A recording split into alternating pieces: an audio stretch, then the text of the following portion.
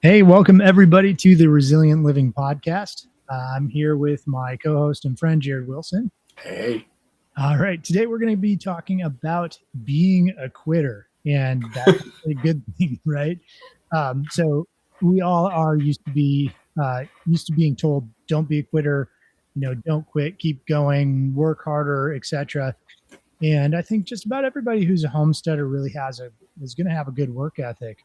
But there's times when you need to be a quitter. And so we're going to walk people through some of like how to think through that, how to do that, how to quit when you should, or how to keep going when you should as well. And we're going to kind of introduce a test.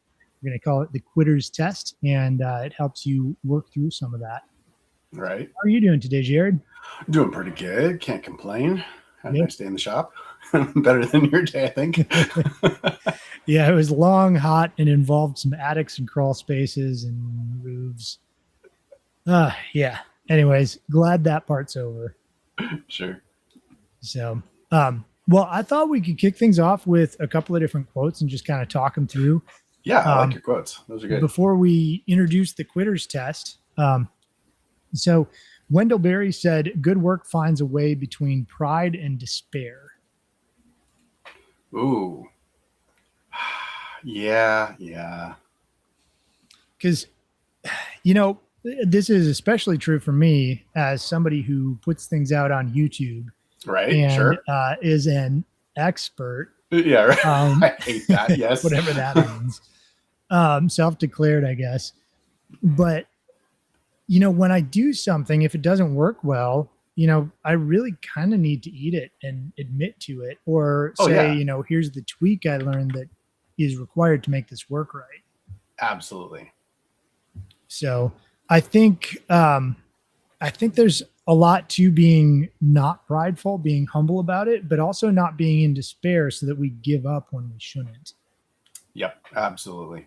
Yeah. So, yeah, I've seen either end of the spectrum a lot with clients where it's, the sunken cost fallacy or the sunken time fallacy, I guess, maybe in some cases, where it's, I really want this to work, or I thought this was going to work and I've put time and money into it and I'm just going to keep going. But there's the other side of that, which is like, I've also seen people basically, well, that thing didn't work and I'm going to just chuck some dynamite at it and blow it up. Right. And it might just need a little tiny tweak. Yeah. Yeah. Oh, yeah. A lot of the comments I get on YouTube of that doesn't work. Oftentimes it's because a person doesn't understand the little tiny tweak that they need to make for their given situation. Based on physical location or, whatever their caveat is. Yeah, absolutely. So, what did you see any of the other quotes that really stood out to you? I always like Buckminster. Yeah, he was genius, and hiding quotes in his patents was pretty funny as well. So, I think I just put one on there. Do you want to read that one off? Oh, sure. Let me go find it. You never change anything by fighting it. You change things by making them obsolete through superior technology. Yeah. And I would kind of modify that slightly because I don't see it necessarily being superior technology. They can be superior in a lot of different ways. And sometimes it's by reverting back to something that's more stable and more grounded and less technologically based. Yeah, I think what he was doing was using technology in a little bit of a tongue-in-cheek manner. I think so, yes. Like, for example, a gravity chicken feeder could be considered technology, right? Or in my case, I call it automation. I call it dumb automation. Because gravity always works. Right. And so sometimes it's a matter of simplifying it. And I think he was being a little bit cheeky with the word technology there. Yes, I think so. So Peter Drucker made a comment or made a quote that's attributed to him where he said, "There is surely nothing quite so useless as doing with great efficiency what should not be done at all." And that's like talking to a lot of engineers, that's the worst thing, is like we're finding that engineer, in an engineer's bane. How's that work go? It is, we're finding a device that should never exist in the first place. Right. Yeah. And how often do we do that where it's like we could put our effort towards something better and so we've gotten really efficient and really good at something that doesn't give us any meaningful return. Yeah. Right. So yeah, I think finding that thing that we're doing, or the things, and realizing that we can take that, if we take that thing away, we have space for something else.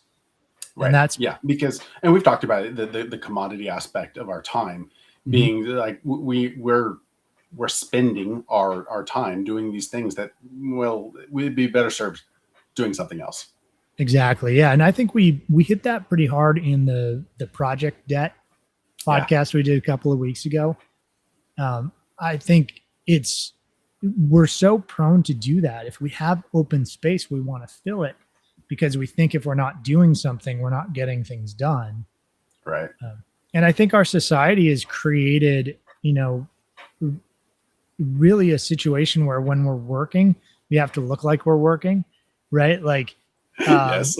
I remember this story about, I forget who told it to me. I don't know if it's some popularized thing or just some person who was telling me about it, but I remember hearing about somebody who worked on a factory floor, and the foreman had gotten really good at walking in such a way that it looked like he was moving fast, but he wasn't.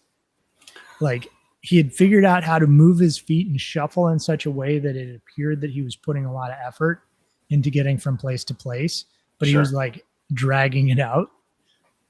And I think we tend to do that kind of inadvertently because we have this, built-in thing where we go, well, if we've got extra time, we need to find something to fill it with. Otherwise, we're not productive. Right.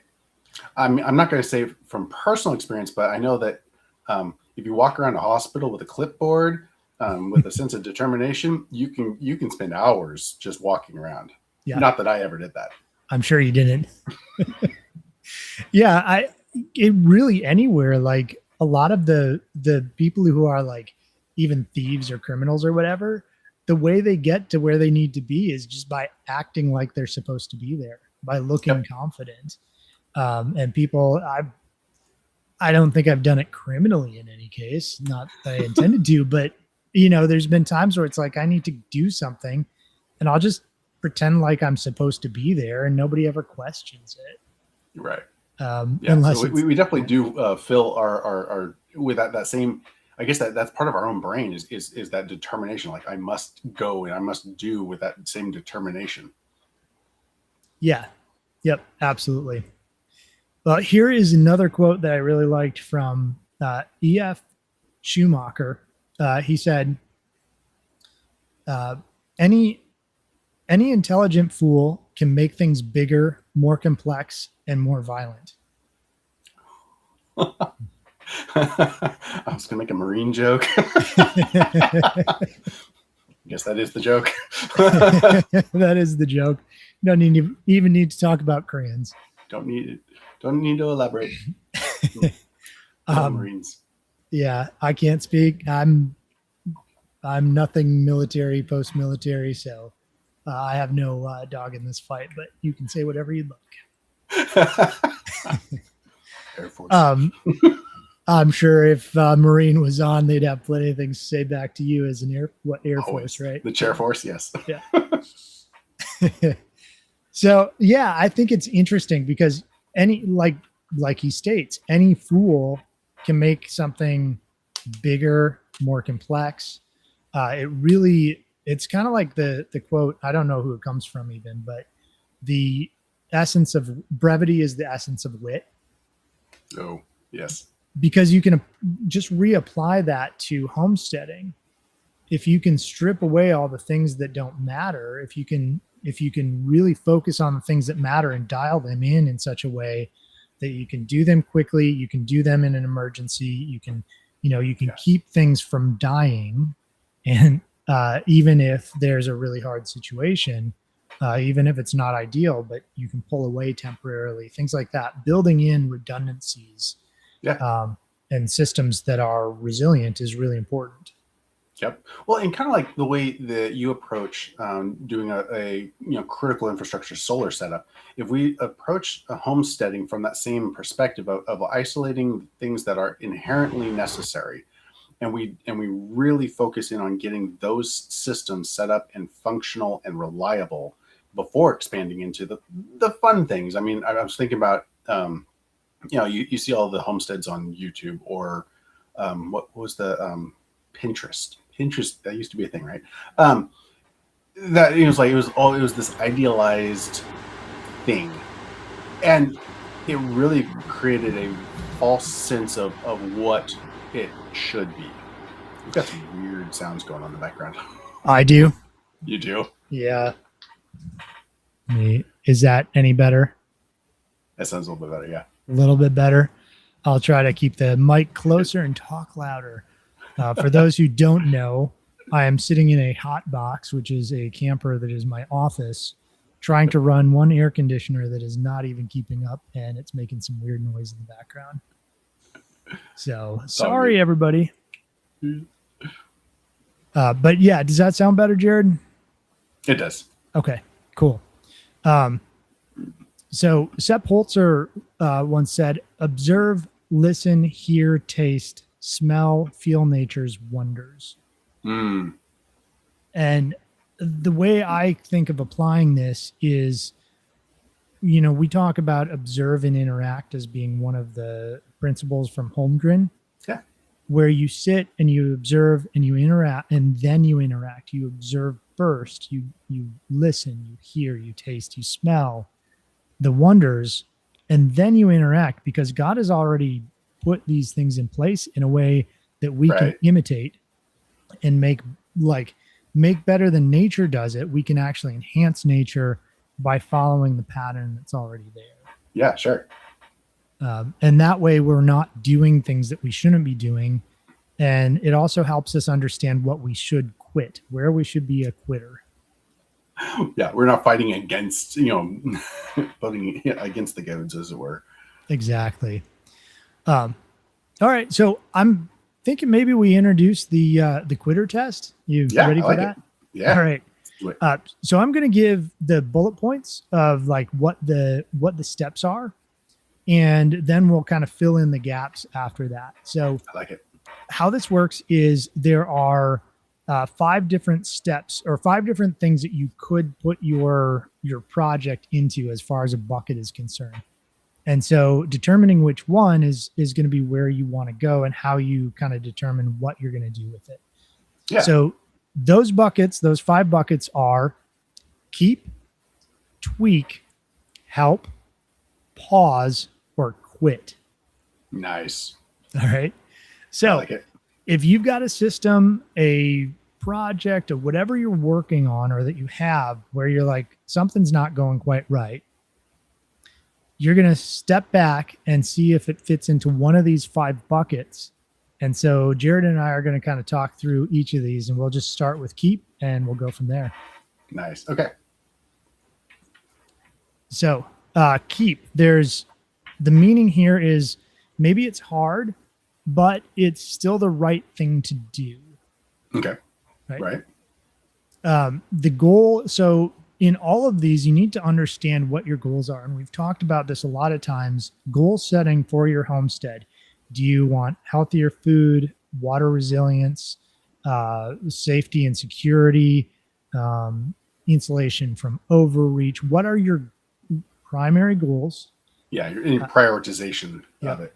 Stack them, 1 through maybe 5 or 6 of these are my goals, and I've set, these are what we're specifically setting. Yep. And so then when you look at the thing you're doing, you can say, should I keep it? Should it stay in the keep bucket? So does the goal or does it make sense? Does this thing make sense with my goals? Is it the best way to get to my goals? Sure. So like with your place, a priority for you was eating healthy. So you prioritized planting your garden and having your own meat animals, right? Yes. So even though maybe that was difficult because of the specific soil that you had to overcome, and building the infrastructure to support, chickens, and, yes, it was difficult, but worthwhile endeavor. Yeah. Yeah. And it's been years coming, right? It's been little bits at a time, adding more food systems and more little systems so that I don't overwhelm myself or my family as we Right. step towards those goals. Sure. And I'm not going to hit all those goals on day one or even in year one or really probably ever. I mean, I'm always going to be shooting at something that's still out there to some extent. Yeah, it's approaching. Exactly. Yep. So if you think it should be in the keep bucket, the quick signs to understanding whether or not it should be in that keep bucket are that it still makes sense with your goals, Right. that the progress is real and you can actually make progress on it, and that the next step is obvious. So you need to know what the next step in it is. That's a cool distinction, that the next step is obvious. It's like, yeah, obviously I'm going to do this, and progressively. That's a really tangible takeaway. Yeah. And if the next step isn't obvious, you might fit it into one of the next buckets. So we Sure. talked about tweak, help, pause, or quit are the next 4 buckets that we're going to talk about. So it might fit into any of those if the next step isn't obvious, but likely if it still fits your goals and the progress can be real, but you don't quite know what the next step is, maybe it's just a matter of tweaking it or bringing in help to help you get kind of past that hump. Sure. So what would be some good examples of a system maybe that some of you've helped in the past who's needed to just tweak, or hey, they reached out to you, they needed help? Yeah. A good one is like, just because it fits so many homesteads, just about everybody has like chickens or ducks, right? Always. It's ubiquitous. Yeah. And a little tweak about where and how you keep water can make a huge difference between, anaerobic, disgusting smells, diseases for your birds, etc. Right. Right. So I do deep litter in my coop and in my run, but I never put water in my coop. Because if I put water in my coop, well, I've got these kind of nipple bowl water. Well, they have to stick their beak down into it to get it to, I've seen those. Those are good. And for chickens, sometimes you can get away with those in your coop. I still don't recommend it, but sometimes you can. Sure.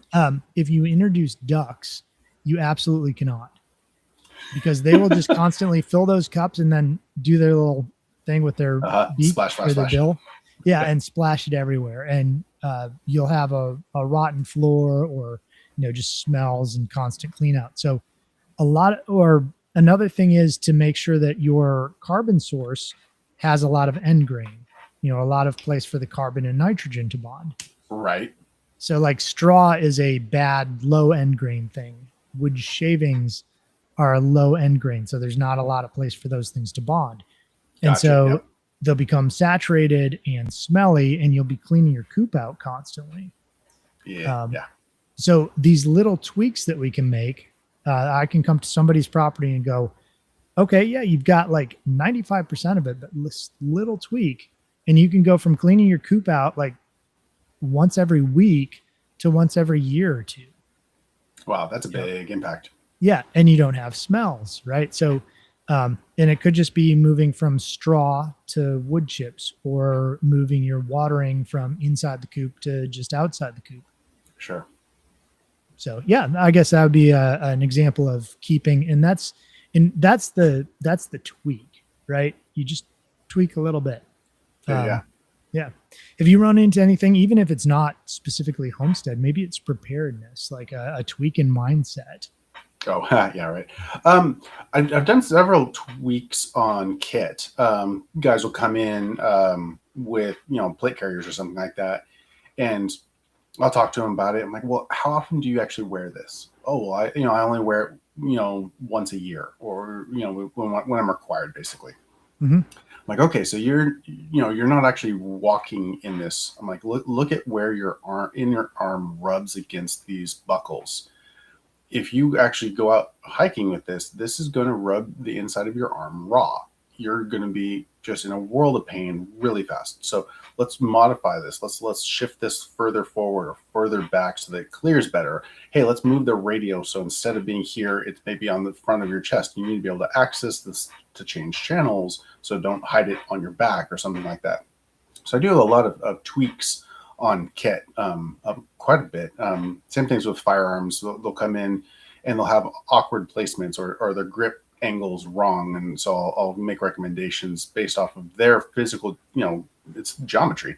The length of their forearm is unique. The length of their flexibility of their shoulder is unique. And so that puts their arm in a different place. So there's different grips to accommodate different angles. So yeah.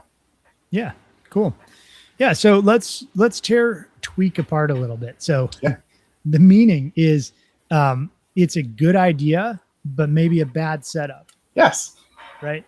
Like you're onto the right thing, but maybe you didn't understand something about that, or maybe your environment, maybe something I recommended. I'm in Tennessee, zone 7, right, and you're in Maine, zone 4 or whatever. 4, yeah, right. That's a world of difference. You're like, I can't put my water outside of my coop. Okay, fair, right? Yeah, that's not the people I'm typically talking to, so I'm not necessarily thinking of that. And so somebody in Maine might make a different modification that keeps water out of their coop, or they sure. They may do something that helps, but they can't quite fully take on the idea that I had because I've got a specific location and specific requirements. Yes, sure. All right. So the quick signs that you're actually in the tweak button, tweak bucket. There you go.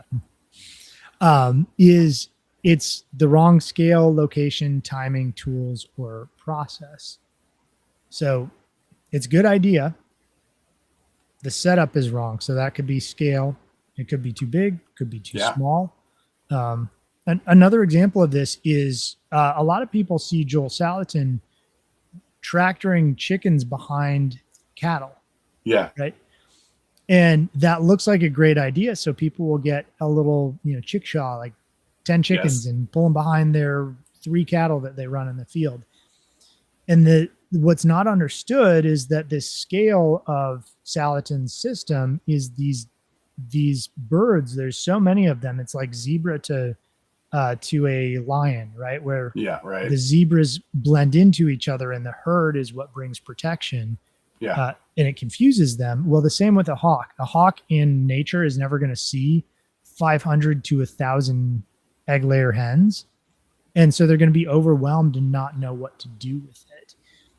And so your attrition rate goes way down, even though you've got these birds essentially in open pasture.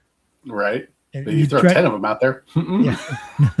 They're gone within a few days. That's it. And so there's these little subtleties to just about everything where, you could write a book just about all the little subtleties of one little system that somebody creates, and people do. And Joel Salatin has. And sometimes those subtleties don't come across well. Sometimes when I'm doing a video, I don't do a great job because who's going to watch me talk for 2 hours about all the ways that, in your situation, it may or may not work because of fill in the blank. Yeah, nuance. Yep. So that's where, looking at your situation, maybe think about how you can tweak it just a little bit to improve the outcome. And so, scale, maybe the location isn't good. Yeah. Another one I really love is using chickens and gardens together and swapping them, year after year. Right. But the location has to be right. I can't do it on my property because there's too much slope. Sure. And so if I have chickens kicking up in my garden for next year, everything's going to end up downhill. Yeah. So I have to accommodate for that in some way. In my case, I could do stone lines where I want to do a garden and kind of let that accumulate over time. that's one possible option, or I could just do it a little bit differently than I would otherwise do it if I had flat space. So, all right. Next bucket that people could put their project or their system into is the help bucket. I like this one. This is where I fall a lot of the time. Yeah, I think we all do, and we don't want to admit it, right? Yeah, pride sucks. Yes, you're correct. Yeah. Or we're like, well, we can fix it and I don't want to hire somebody or whatever. Right. Which I understand. Yeah. I totally get that. I don't want to hire people to do things as well. So yeah, do you want to step us through what help might look like, or what the situation might be where you should put your system or project in the help bucket? Sure. And like I said, I'm right in the middle of it. It's anytime where I'm like, hey, I want to do this, but I have no idea where to start. I am literally just guessing at this. I know that this is a possibility, or, that I've seen other people do something kind of like, and I don't even know where to start. So then I go, hey, Ryan, and you come to the rescue. Well, and I have plenty of things like that where I need to ask you or somebody else. And in fact, I've got we call it the Permi Bros Network. It's all the guys who do work like I do, who are consultants in one way or another in the Tennessee area. We've basically determined that there's more than enough work, so we should really be cooperative in helping each other do better. Right. I've even given the guys like my questionnaire and things like that to help them provide a better service for their clients. Nice. So we work together, and there's, every week or so, somebody pops on and says, hey, I've got this thing I've never run into before. What do you guys do about it? Nice. Right? That's awesome. Yeah. And so we've got a group of skilled, knowledgeable people who are coming in essentially as the experts, but we can't be an expert. I can't be an expert in everything. Right. We can be a master of a few but an overall jack of all trades. Right. But there's going to be gaps in knowledge. And so having people, whether paid or just friends who you've got in your network, who you can ask these questions to, really helps you get on the right foot. Yes, right. Well, I did very similarly as a biomedical engineer. Is I had all these guys that I had for specific types of resources. Like, hey, that's my steam sterilizer guy, or hey, that's my network interface guy. That's my diagnostic imaging guy, and we'd bounce off of each other because you're right. We can't be expected to, and this is where our pride has to take a back seat to our being, because there's no room for pride in this. It's okay to not know, and it's okay to ask for help.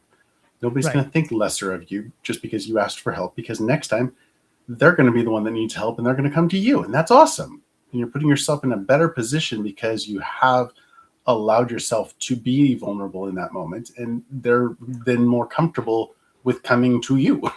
Exactly. Yeah. No, I think that's really meaningful.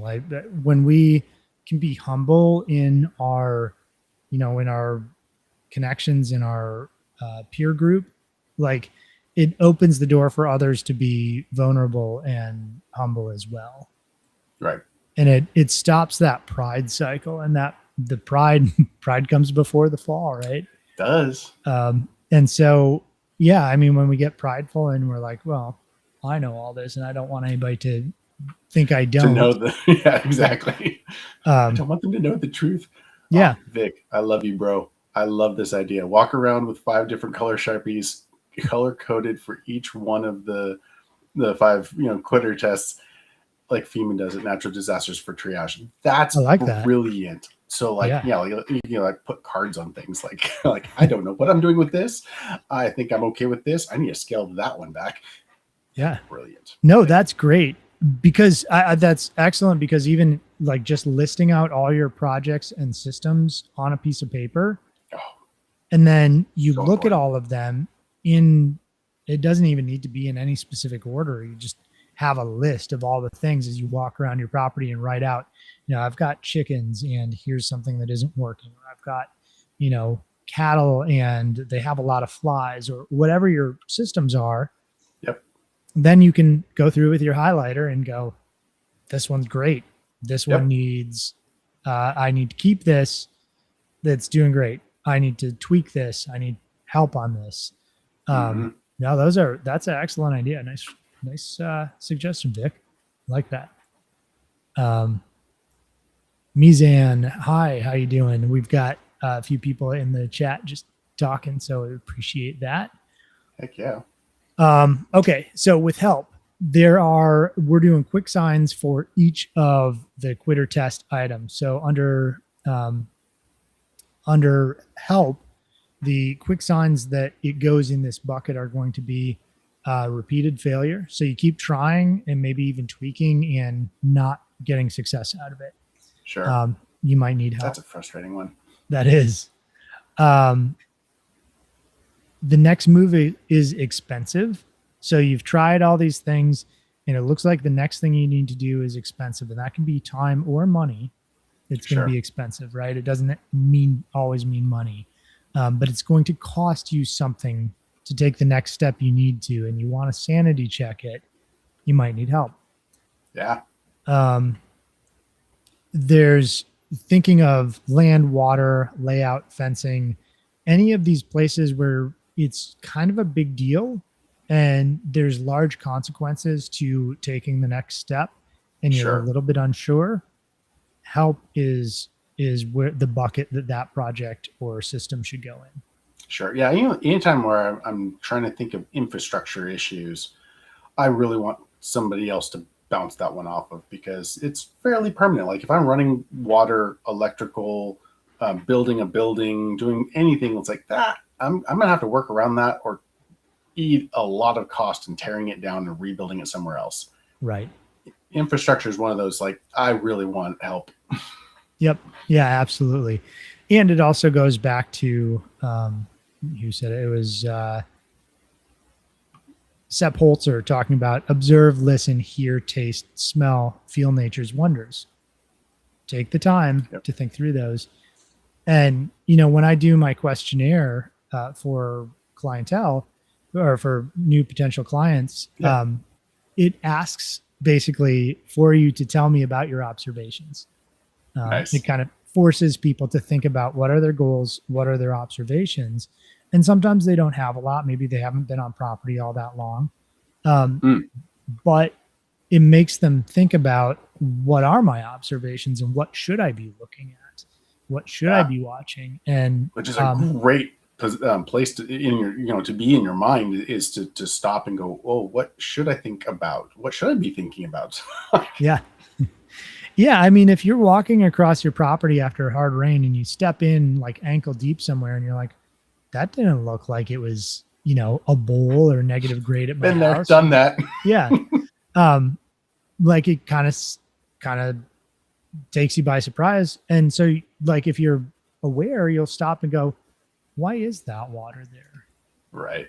How can I use this to my benefit? Does it need to be shut off somewhere? Like does something need to be done about it? Is it a good thing? Is it a bad thing? How do I make it a good thing? How does the problem become the solution? All of those things need to be asked when you see stuff. Right. Yeah. It might be, or it might be, it's next to the house and you're like, oh, that's why my, basement wall is starting flooded. to move. I'm getting water it's all bulged in. Yeah. Hydraulic pressure is a real thing. It really is. So anyways, so this is going to be, in the help bucket, it's going to be a good idea, but you're guessing at it, right? Or you're guessing at it. You've gotten past the Dunning-Kruger curve of having extreme confidence. Right. And I got this. You've made it to the valley of despair. And you're like, you know what? I know I'm guessing. I should probably my guess might be great, but I should probably just bounce it off somebody who knows. Yep. So, and this is not entirely just a shameless plug.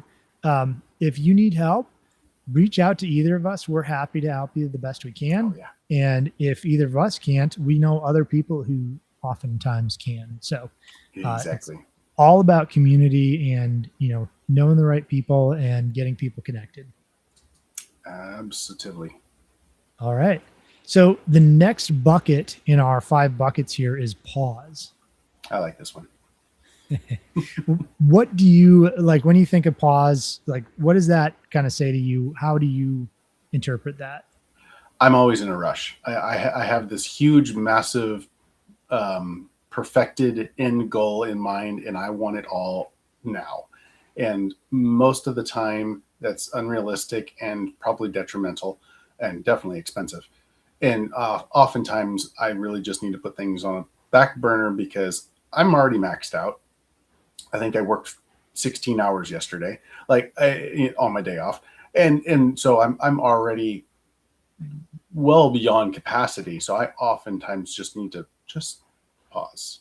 Yeah, We're not going to deal with that right now. That we'll come back to that. Is not the time for that.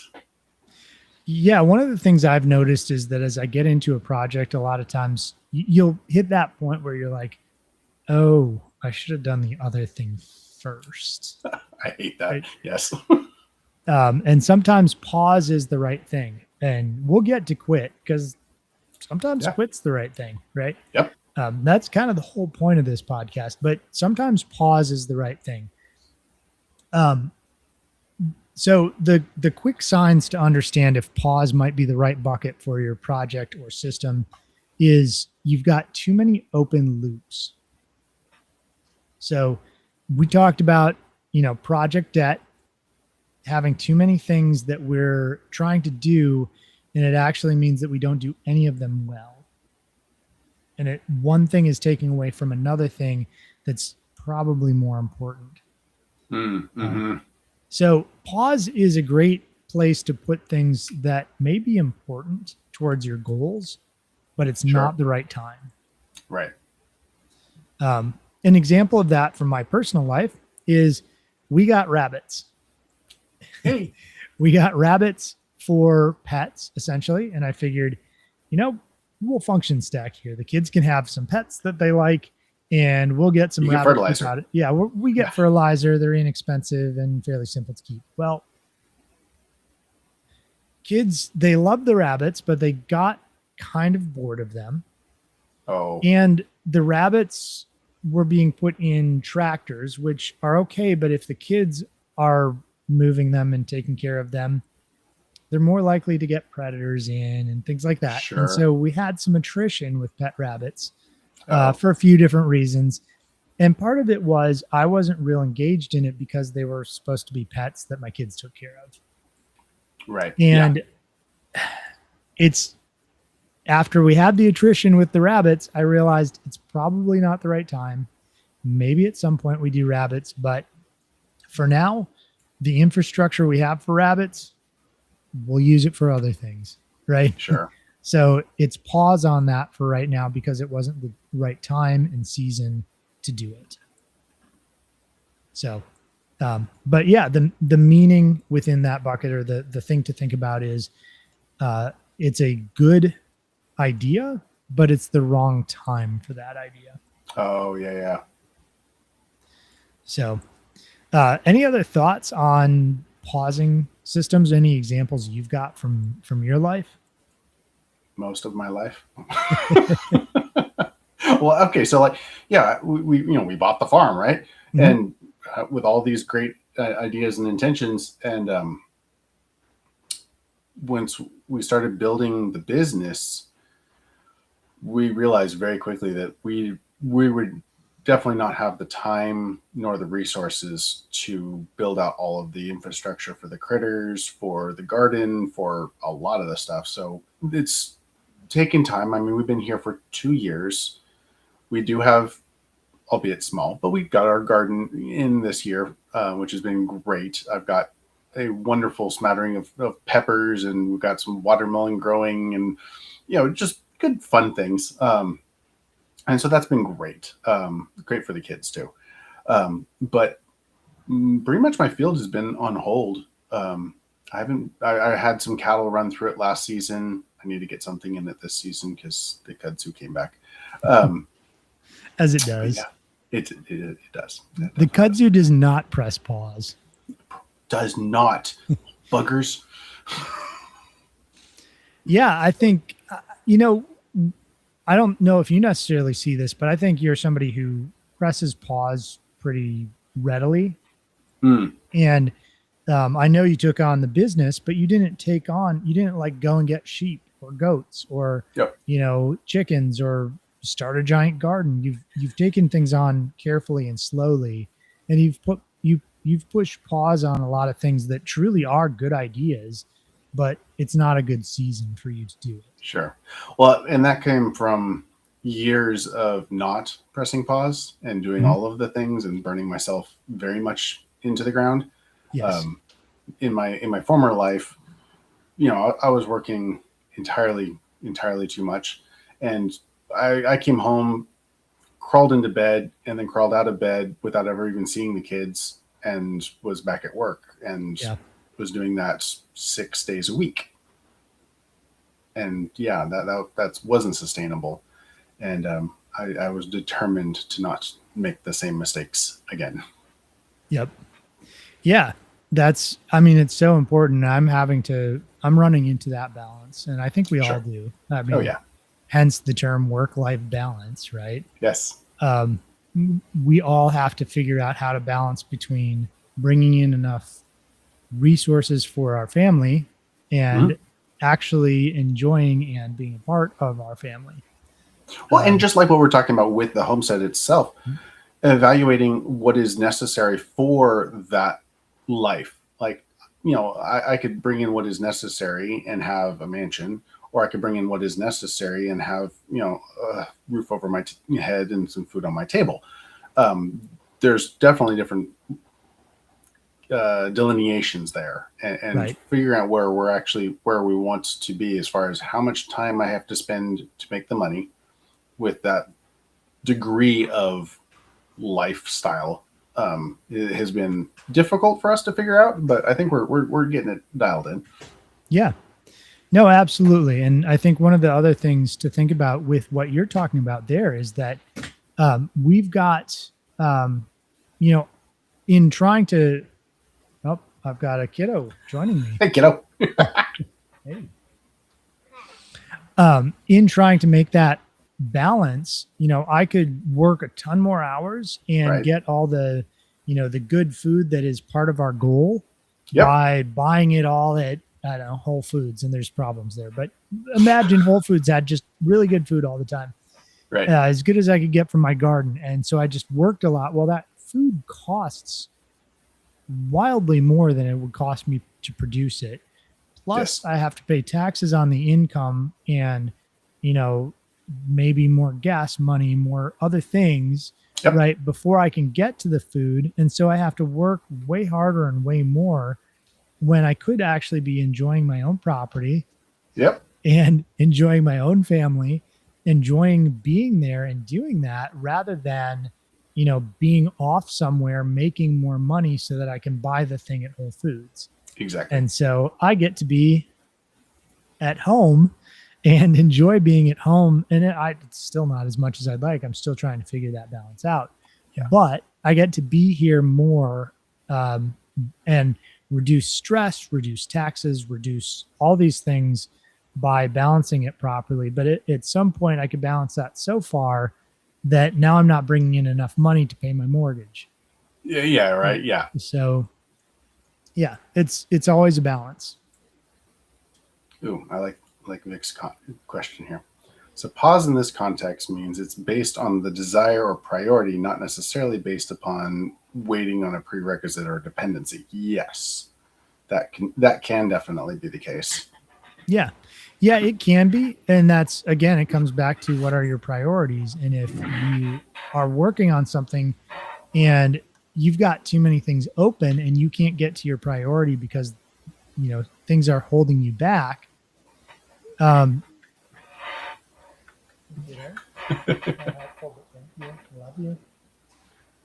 Somebody's making noises in my ear.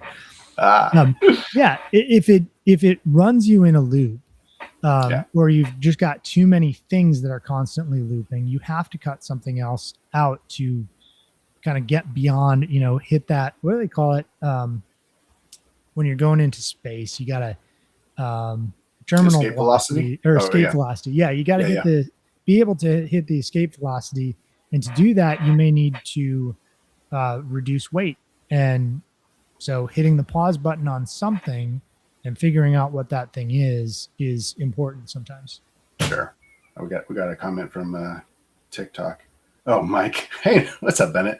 He's got a bag of cucumbers, squash, and zucchini for me. Yay. Sweet.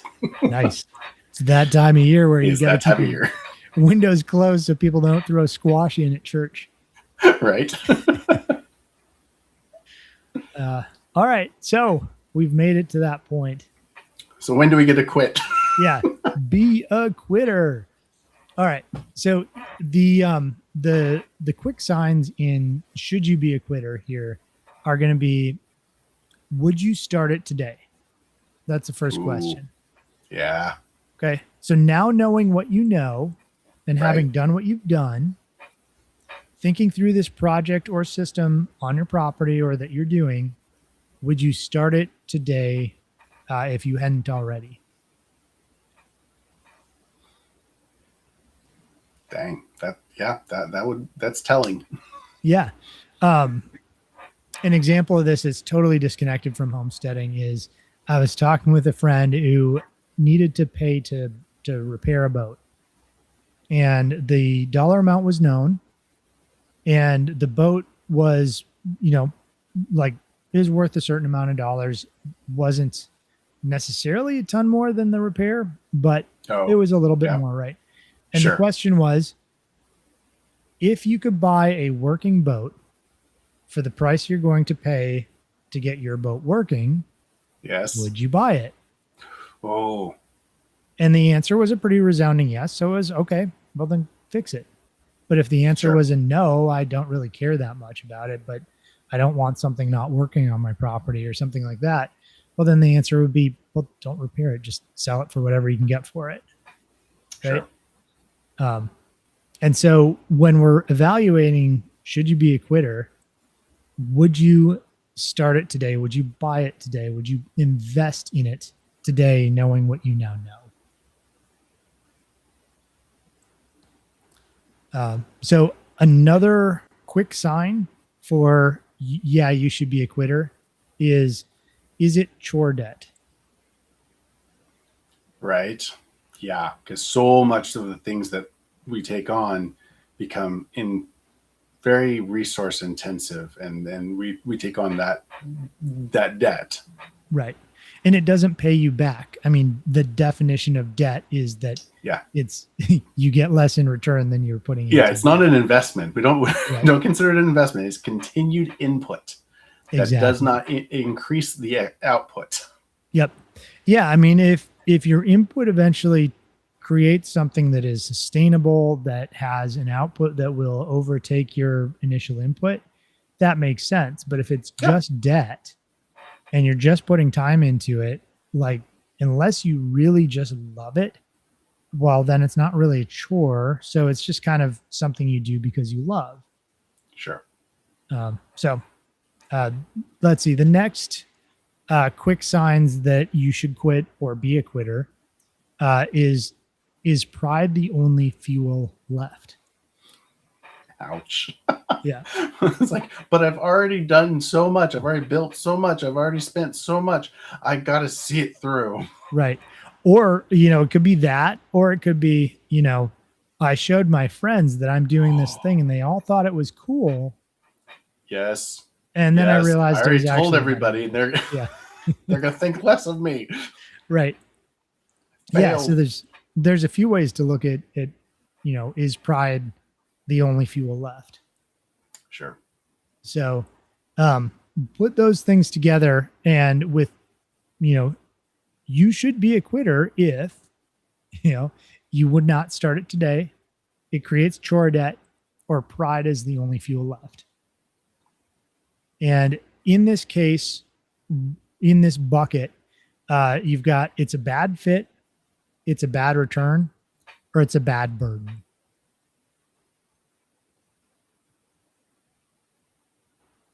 So I'm going to throw a quote out there from David Holmgren because I like just throwing quotes out there and making people think. Yeah. David Holmgren, who we've talked about pretty extensively because we've gone over a lot of the permaculture principles that he put out, said, small and slow systems are easier to maintain than big ones. Mm-hmm. Yep. And we see the same, small and incremental growth. I'm thinking about like Elliot Scott, when we had him on talking about physical fitness. It is way better for you to, consistently, even if it's not often, but consistently do, workout. Mm-hmm. You're going to see better growth than like, I'm going to go to the gym. You go to the gym that one time, you work out so hard, and then you don't go back for like 2 months. That's not going to gain you anything. No, it's those small, incremental, consistent, growths that actually yield considerable returns. Yeah, I mean, it's the phenomenon of going to the gym on January 1st, yes, working out or 2nd or whatever, right, working out way too hard, getting really sore, and going, I'm not doing it again. Right. I could barely get out of bed for 2 weeks. That was stupid. Why'd I do that? It's like, well, pace yourself, right? Slow, easy, something you can maintain, something that makes sense. It's not as exciting. No, it's not. But it's we're not talking about the cool, super sexy, Instagram reel kind of things. No, we're talking the boring, stupid, reliable, consistent things. Do those. Yeah. Well, and even speaking of Instagram, you've got some experience now with this. The monotonous, boring, behind the scenes work that you don't get paid for, that really doesn't look like it's tangible in any way. Eventually that work starts to build, and there's some amount of payoff in it as well. Sure. Or there can be. Yeah. Because you never know what's going to catch and when it's going to work, and then it just explodes. Right. Yeah. And I mean, for you and I, we both need some amount of online presence to get people to notice that we're doing something that might be valuable to them. Yeah. Yeah. And it feels, I mean, especially to you and I, who neither of us particularly care to be in front of people or jabbering or whatever else. Nope. And we have to kind of force ourselves to do it. It feels in some ways almost disingenuous. To constantly be putting content out there. Hopefully we're putting out good content that's useful for people, but it feels weird, but the consistency eventually pays off in people noticing and being aware of good products, good services from people who actually want to help them. And it always takes time. It always takes that effort. Mm-hmm. That's what, so when Adam's little clip took off, the comment section has been really cool, because I've seen a lot of people in there who really resonate with Adam's approach to beekeeping, and are really thankful that, there's somebody else who thinks the way I think. Yeah. And so if for no other reason, for people to feel heard and seen, mm-hmm. I'm here for it. Let's go. And there's so many people who were complaining because of, and just like Adam experienced with all of the bee clubs, being shunned and being spat upon. The comment section, there was a couple in there that were nasty. There were some nasty people, mm-hmm. unnecessarily, very unnecessarily, and the logical fallacies were abounding like wildly. Right. It was kind of hysterical, but it was really cool to be able to go in there and speak into these people's lives and go, hey, no, we hear you. Go talk to Adam. Here's, go to beekept.com. Here's his handle, being kept, on Instagram. Go talk to him. That was great. Yeah. No, I mean, when we can point people to those other people who have taken the time to learn the thing, being able to shortcut some of these things, we had that, we've got, so let's just recap. We've got keep, tweak, help, pause, quit, right? Yep. And having that help, that somebody who, is an expert in that little field, having somebody like Adam Martin from beekept.com, who I recommend to every single client who ever says, I want to do bees. don't talk to me anymore. Just Go talk to Adam. Go talk to Adam. Like I can tell you that he's the person to talk to, and that's about it. Because he's figured it out. I was listening to, the little bits and pieces I could hear from my booth one time about him talk. And all I could think was, these are all the things I thought the beekeeping should be, and all the things I was told I couldn't do. And he's figured out all the little subtleties to actually do it. Right. Whereas like I had probably 90% of it. I was like, I think I could do it this way. I was told, no, you can't, by all the experts. And everything I tried to look up said, no, you can't do that. And you're just You're at the help phase right there. Yeah, exactly. I needed the help. And Adam is that help, right? Yeah. And so we've got all these people who want to help others. And what's crazy to me is the people who will keep themselves in the dark out of pride, right? Oh, yes. Because we talked about this, like you're not quitting out of pride. Well, maybe you're beekeeping traditionally instead of the natural way that Adam teaches, and you won't quit because you've told so many people that they're stupid for thinking they could do it differently. And you should quit. Not maybe quit bees, but you should quit the way you're doing it. Mm-hmm. Right? Which in reality puts you back in that help bucket. You're just going out and seeking somebody who's actually figured out all the little nuances and subtleties to keeping them properly. Yeah. At least be open to having the conversation. Mm-hmm. Yeah. But I think what you're talking about, that anger and the pride, and they tend to go together, keep people from actually doing something useful. I get so many, I complain about it. I get great comments. There's great people out there too. But when I get a video that takes off, there's just, maybe it's bots, who knows? There's so many people who show up and they're like, that won't work. And it's like, I'm showing you it working, or that won't work in where I live. I'm like, okay, I know, or whatever it is, like that's stupid. Or you're late. Like the one that gets me is I've got this little gas pump that like you can put it on a gas can. Oh yeah. Yeah. And so you put it on basically any gas can. It's got a little impeller in it. It's got a auto shut off sensor, and you press a button and it fills your tank, right? Yep. Yeah. It just pumps it in. It's great. Yes. It's Chinesium. I can't get an American made version. Sorry. And most of the comments are, wow, you're lazy. You shouldn't even own a tractor. And it's like, well, instead of putting the thing like over my head at 45 pounds, and letting it kind of pour into a funnel and half pour onto my tractor. Spills all over the tractor. Yeah. Been there, done that. Yeah. Yep. And they're like, oh, I just got a big funnel. Oh, you're a pansy. Or, it's like, maybe they're bots, but whatever. You're commenting, you're making my video get shown to more people. Thanks. Exactly. But the people who get stuck in like, their life could be a lot quicker, a lot easier by making this little simple, little investment. It's not about being lazy. It's doing things smarter, and people will just kneecap themselves because they're stuck on some stupid little thing that they can't get over. Whether it's, not being lazy, not giving up, not being a quitter when you should be a quitter. I was a quitter. I quit lifting gas cans over my head to pour into my tractor. Right? It was a good quitting. I enjoy it. It's much nicer just being able to press a button and watch it fill.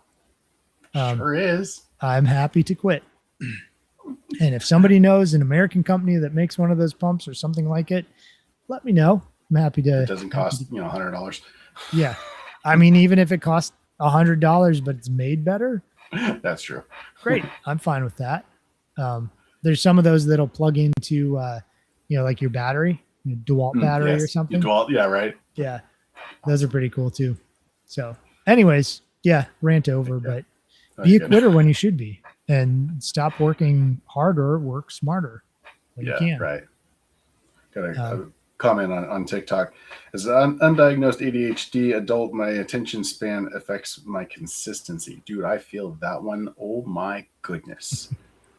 Oh goodness. So what I have in regards to that, what I have had to wrap my head around is I always tried to try to find motivation, and that's not the right approach. Motivation is flippant. Motivation comes and goes. It came down to, well, for me, sheer determination, but discipline. Really, truly, it was just discipline. Like, no, I'm going to, because I had determined that this is the best course of action for me, and this is what is necessary to accomplish that. Therefore, this is what must be done to do that. And just falling back on that can, just rely. It's like, no, I'm just falling back to this. I know this is the direction I'm supposed to be going. This is the direction I'm going to go. Yep. I love this comment. It's totally off track, but this ouch, like a cheap Joe Rogan style knockoff podcast. I wish a tiny fraction of Joe Rogan's audience would watch us. You're dissing Joe Rogan by saying that. Yeah, I mean, we're talking together, I guess, on a podcast. So sure, it's a cheap knockoff. Yeah, all for it. And yes, I am a guitarist. Yeah, you may have noticed. No, you just like the look of them. I do. It's just the aesthetic. I don't know a lick about it. Yep. No. Yeah. Anyways, I know nothing about guitars. That's why there's no guitars behind me. I know they make nice, because you know that. You sure? No, I know no guitars make nice sounds, and there's something like, I don't know, frets or something on the neck and strings. That's about it. You're good. You're 90% there, right? That's right. Not quite. Yeah. Anything else you wanted to hit, or anything that like kind of stood out to you in the show notes that I put together on this one? I was just trying to think about any instances where quitting was the correct thing for me. I mean, I quit going to the gym. No, no, not that. Quit. Actually, okay. So let's take it from the other side. Quit eating badly, or I'm trying to, and that's been awesome. I feel a lot better. Inflammation's down, which has been great, especially with my spine. That's actually been really helpful. So quit eating with what we call food. Definitely, everyone needs to quit food. Food shouldn't have quotes. I went into a Dollar General today because I just needed like a water. Right? Oh, okay. Because I'm sweating on a roof and in attics all day. I'm like, I didn't bring enough to drink with today. And I'm looking down the aisles, and all I can think is, I don't see a single thing you could reasonably call food here. Oh, yeah, no. It's like, and people do their entire grocery shopping at Dollar General. I'm not trying to knock on anybody or be rude. It's not food. No, there's not. Nothing there, like literally nothing there. The closest thing I could find was like maybe beef jerky. But even that is like, I can't eat it. There's stuff in it I'm not going to eat. Exactly. But anyways, yeah. There's a lot of things we call food that it's not food.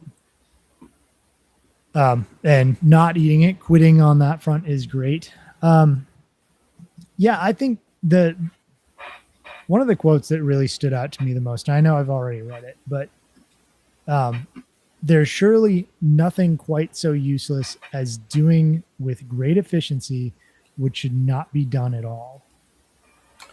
Yep. How else do you say be a quitter better than that? Nope. That sums it up real well. Yeah. So in summary for everybody, there are times when you should be a quitter. Working hard is something that I think probably most people who listen to or watch this podcast pride themselves on being hard workers, but make sure that you're being a hard worker towards your goals, and make sure that the things that you're working hard on are actually propelling you to that, getting you to that escape velocity and not holding you below that, event horizon, so to speak. Right. Yeah. Writing things down has really been helpful to me. It's like, this is my priority list. Mm-hmm. These are the things that I really want to do, the top 5 or whatever. And what am I doing to try to accomplish each one of those things? And then anytime anything wants anyone, my time, my talents, my treasure, those are the 3 variables. Mm-hmm. How does that fit into those? Am I helping to accomplish those things? Well, maybe then it's not the time for that. So maybe we need to, it's okay, but we're going to pause that. It's just not, time, or we'll keep it, but we're going to tweak it. Right. So, right. Yeah, absolutely. I think that's a really great way to look at it. And writing down the goals, I was trying to find my, my questionnaire so I could write, pull up, here we go. Here's one, pull up my priorities list or my goals that I help people walk through. And so, some of these goals, just so people can have something to think about on a homestead, these are typical things that people have as goals. Sometimes people fill in some additional, but healthier food and a healthier way of life. Yes. Food security. Yeah. Water security.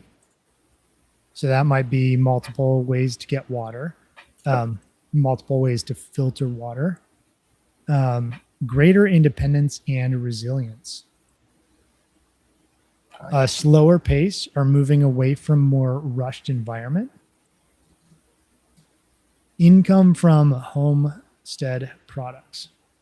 So this is one that people really get stuck on. And I always say, try to reduce your costs first. Yes. Make the things you like, figure out what you're good at, figure out what your land grows.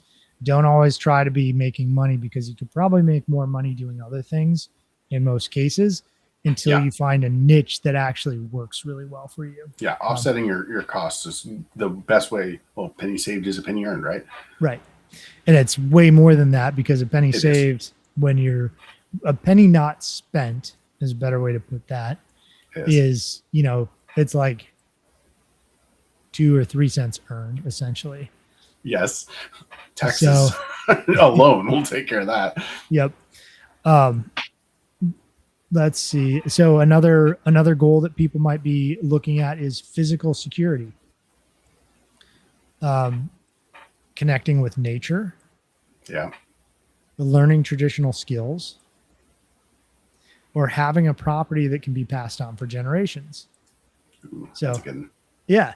And so obviously there's other goals you can have, but those are the ones that I've found time and time again to be what people are looking for and actually aiming after. So if you take that list of, what is that, like 8 or 9 items, you can probably tweak it just a little bit and figure out what your goals are, put your top 5 in order, 1 through 5. And then every time you think about taking on a new task or think about what you should be quitting, pausing, let's see, what are others? Keeping, tweaking, helping, pausing, quitting. And so now you have a list of goals in priority, and you can determine whether you should be putting things, which bucket you should be putting in your tasks or your various systems that you've got already, or you might want to start. So that's how I would approach it. Oh yeah, definitely. Yeah. I mean, gosh, when you're sitting down doing your budgeting, like, where's my money going? Well, is it going to achieve these goals? That's, that's a perfect, application for it. It's like, oh, well, obviously, yes, you need to eat, you need to pay your mortgage. But like beyond that, this, the extra spending is like, well, am I actually trying to achieve my goal, or am I cutting myself off at the knees because now I don't have enough money left over at the end of the month to be able to achieve my goals? Right. Well, I mean, this example is given constantly, or some variant of it, but let's say you're buying coffee from Starbucks every day. Well, you're sitting in line for 10 minutes at the drive-through to get your coffee. It's crap coffee, honestly, that costs, $8 or whatever it is, somewhere in that range. I think the Lego movie was pretty much spot on with that'll be $32, sir. Yes. Awesome. Yeah. We're just keep paying for it. Whereas your cup of coffee at home, if you just, you take that 10 minutes that you would otherwise sit in the drive through, paying $8 to $10 a day. I mean, what's $10 a day over a 250-day working days? That's It's a lot of money. $2,500. And what could you do? I could easily build a solar electric system that can run a lot of things with $2,500. I could buy a really amazing generator with that amount of money. What could I buy with that money? And the coffee at home is, it's like 50 cents a cup. Yeah. Right. Yeah. I don't even get cheap coffee. I'm still, getting coffee in a Cafe Bustelo, but I'm doing it myself. And yeah, it's cheap. Yeah. Yeah. Buy hollow roasted $20 a pound, which isn't actually that bad. You can have really great coffee for a tiny fraction of the crap coffee you're waiting in line for. Yep. By just shifting your priorities and thinking through things. And now you've got $2,500 to put towards something that is your actual goal, because your goal probably isn't drinking crappy coffee. I would hope not. Yes. Getting fat from highly sugar, crappy coffee is probably not on your goals list.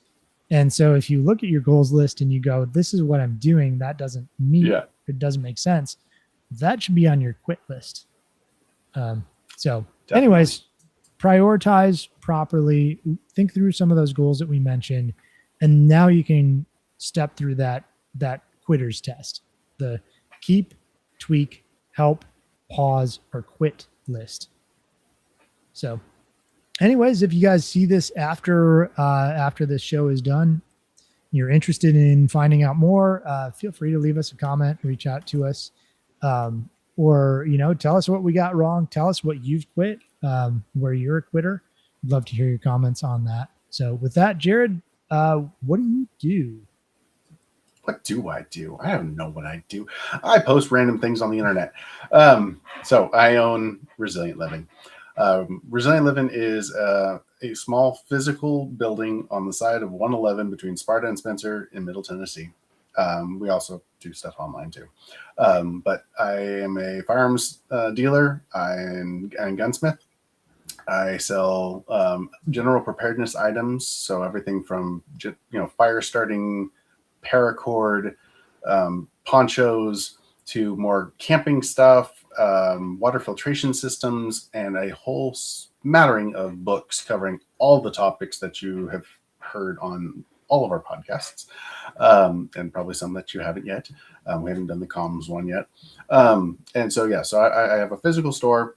Come by the store if you're in Middle Tennessee, and Tuesday through Saturday, 10 to 6.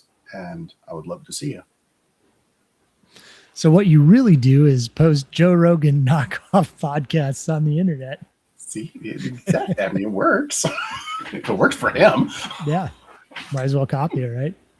Yeah, I love that.